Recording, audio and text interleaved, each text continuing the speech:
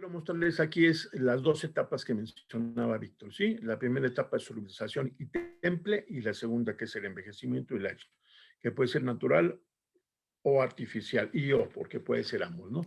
Pues aquí tenemos una curva, que esta es una curva que estaría registrando un horno de tratamiento térmico. Está aquí, cuando entra al horno, se empieza a calentar, lo mantenemos a una cierta temperatura, para disolver la fase que precipita o que está en condiciones de colada que corresponde a esta estructura. Lo tenemos como un dibujito y aquí como una estructura real. Entonces, esto que se ve aquí, que es una segunda fase, con la temperatura, T1 se disuelve Se y disuelve. forma lo que llamamos una solución sólida, que Por aquí eso le está la llamamos imagen, como si la solubilización. tomáramos a ver. Por eso le llamamos solubilización. Le tenemos que dar un tiempo de aquí, ya que se solubiliza, entonces enfriamos rápidamente y lo llamamos temple, que no es similar a los aceros porque no se forma martensita, sino mantenemos una solución súper saturada, ¿sí? Que es muy similar a la que está a alta temperatura. Desapareció o está en solución la segunda fase. Posteriormente, en una segunda etapa, si se fijan aquí, enfriamos rápidamente, inmediatamente metemos a otro horno a una temperatura más baja y eso se llama el envejecimiento. Y ahí lo que vamos, o el cambio que va a suceder es la precipitación controlada de esta fase que era gruesa aquí y aquí se hace muy fina. Y es lo que se hace que se incrementen las propiedades mecánicas, en particular la dureza, la resistencia a la tensión, la resistencia a la cedencia. Correcto. ¿Sí? Aquí, Y esos son adelante. básicamente las dos etapas. Claro, solución, temple y envejecido. Aquí Sí, creo que la parte que hacemos más énfasis siempre es la parte del control de temperatura, porque en aluminio el control de la temperatura es una de las cuestiones más críticas.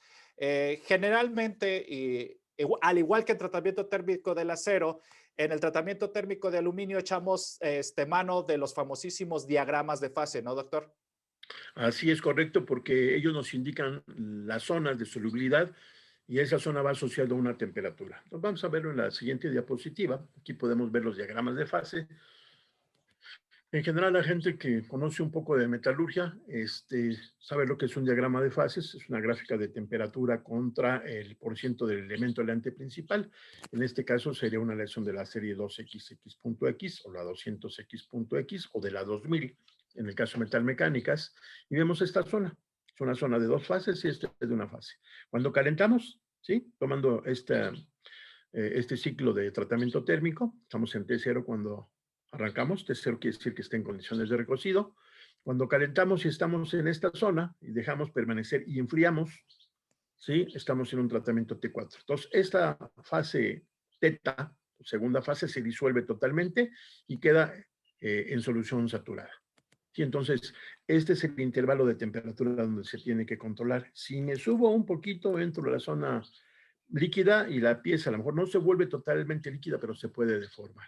Si estoy por debajo de esta temperatura, entonces no solubilizo totalmente la segunda fase y no hay una buena respuesta al tratamiento térmico. Entonces se vuelve crítico el control de temperatura en los hornos. ¿Sí? Correcto. Pues todos los hornos a nivel industrial tienen que tener una buena precisión y control de la temperatura. Así es. Ese, Aquí en tratamiento térmico, si lo comparamos contra el acero es un poquito más noble, ¿no? Porque si le subes un poquito la temperatura, seguimos en la zona de la austenita.